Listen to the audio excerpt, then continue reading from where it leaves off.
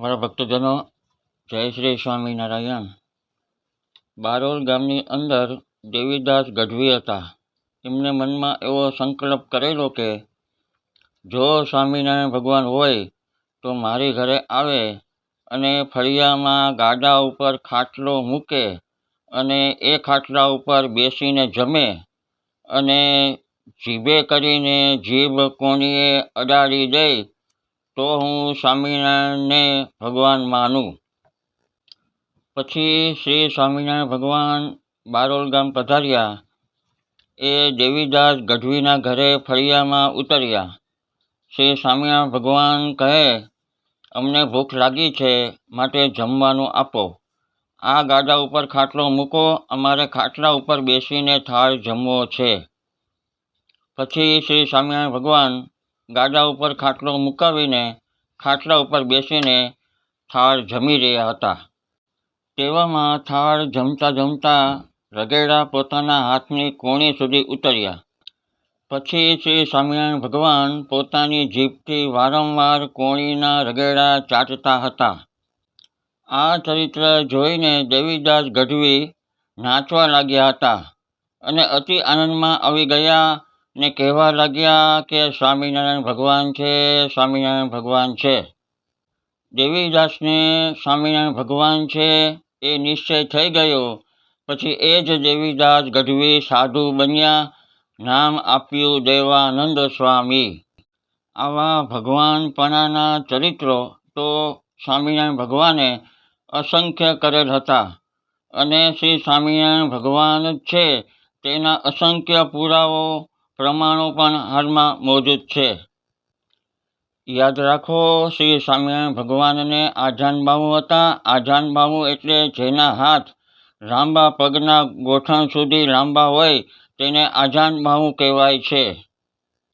શ્રી સ્વામિનારાયણ ભગવાનના હાથ આજાનબાહુ હોવા છતાં કોણીએ જીભ અડાડી શકતા હતા, મનુષ્ય ચરિત્ર કરતા હતા.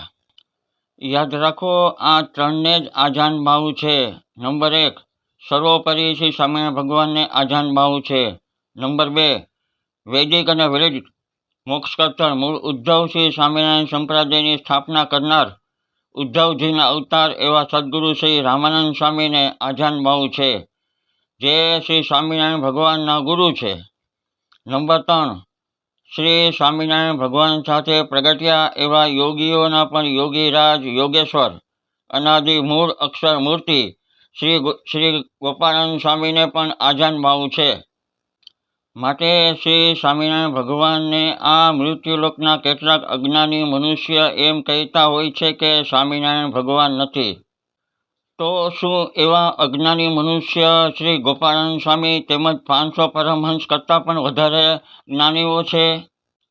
ઘણા લોકો એમ કહે છે કે સ્વામિનારાયણ તો સામાન્ય વ્યક્તિ હતા, સ્વામિનારાયણ તો મહાપુરુષ હતા, સ્વામિનારાયણ તો બ્રહ્મચારી હતા, સ્વામિનારાયણ તો સમાજ સેવક હતા, સ્વામિનારાયણ તો સમાજ સુધારક હતા, સ્વામિનારાયણ તો ઘનશ્યામ પાંડે નામની વ્યક્તિ હતા. ઘનશ્યામ પાંડે નામ તો શ્રી સ્વામિનારાયણ ભગવાનનું છપૈયામાં બચપણનું નામ હતું. વગેરે વગેરે ઘણા લોકો આમ કહેતા હોય છે. જો સ્વામિનારાયણ ભગવાન ન હોય, સ્વામિનારાયણ ભગવાન સામાન્ય મનુષ્ય જ હોય, તો આ પૃથ્વી ઉપરની કોઈ એવી વ્યક્તિ તો બતાવો જેને આજાનબાહુ હોય અને એ વ્યક્તિ પોતાના હાથની કોણી સુધી પોતાની જીભ પહોંચાડી શકતા હોય. એવી કોઈ વ્યક્તિ, સાધુ, મહાપુરુષ આ પૃથ્વી ઉપર કોઈ હોય તો બતાવો.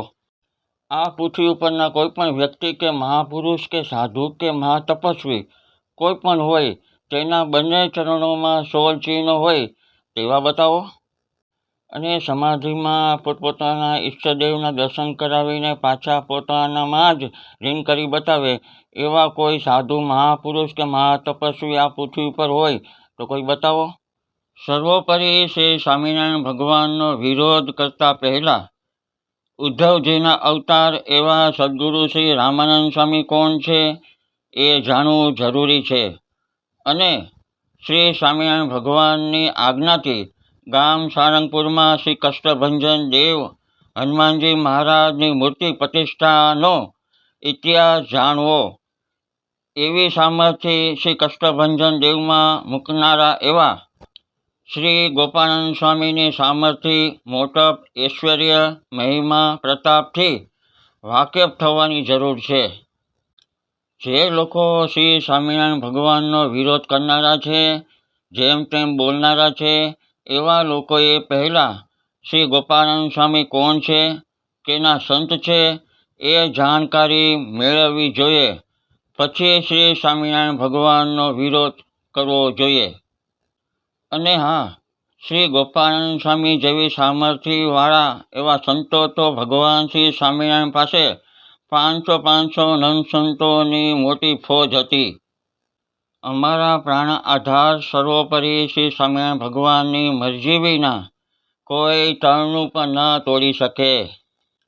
એવા શ્રી સ્વામિનારાયણ ભગવાન તો અનંત કોટી બ્રહ્માંડના ધણી છે, અક્ષરધામના અધિપતિ છે, સર્વે કારણના કારણ છે, સર્વે અવતારના અવતારી છે, દ્વિભુજ દિવ્ય સદા સાકાર, સદાય પ્રગટ ને પ્રગટ છે, મોક્ષના દાતા છે, જીવ પ્રાણી કાળ માયાના નિયંતા છે, પ્રેરક છે, એવા સર્વેના સ્વામી છે, સર્વે નારાયણના સ્વામી છે, જેને વેદો પણ નેતિ નેતિ કહે છે, એવા પૂર્ણ પુરુષોત્તમ સર્વોપરી શ્રી સ્વામિનારાયણ ભગવાન છે. શ્રી સ્વામિનારાયણ ભગવાનના શરીરમાં અસંખ્ય તિલ ઝીણા ઝીણા છે, અસંખ્ય ચિહ્નો ઝીણા ઝીણા છે. તેમાંના અમુક મોટા ચિહ્નો, મોટા તિલનું વર્ણન સદગુરુ શ્રી પ્રેમાનંદ સ્વામીએ પોતે લખેલ છે કે ભગવાન શ્રી સ્વામિનારાયણના શરીરમાં 63 તિલ અને 52 ચિહ્નોનું વર્ણનના 8 પદો લખ્યા છે.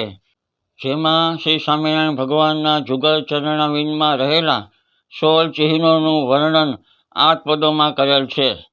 ભગવાન શ્રી સ્વામિનારાયણ પૂર્ણ પુરુષોત્તમ નારાયણ છે, માટે જુગલ ચરણાવિંદમાં 16 ચિહ્નો છે.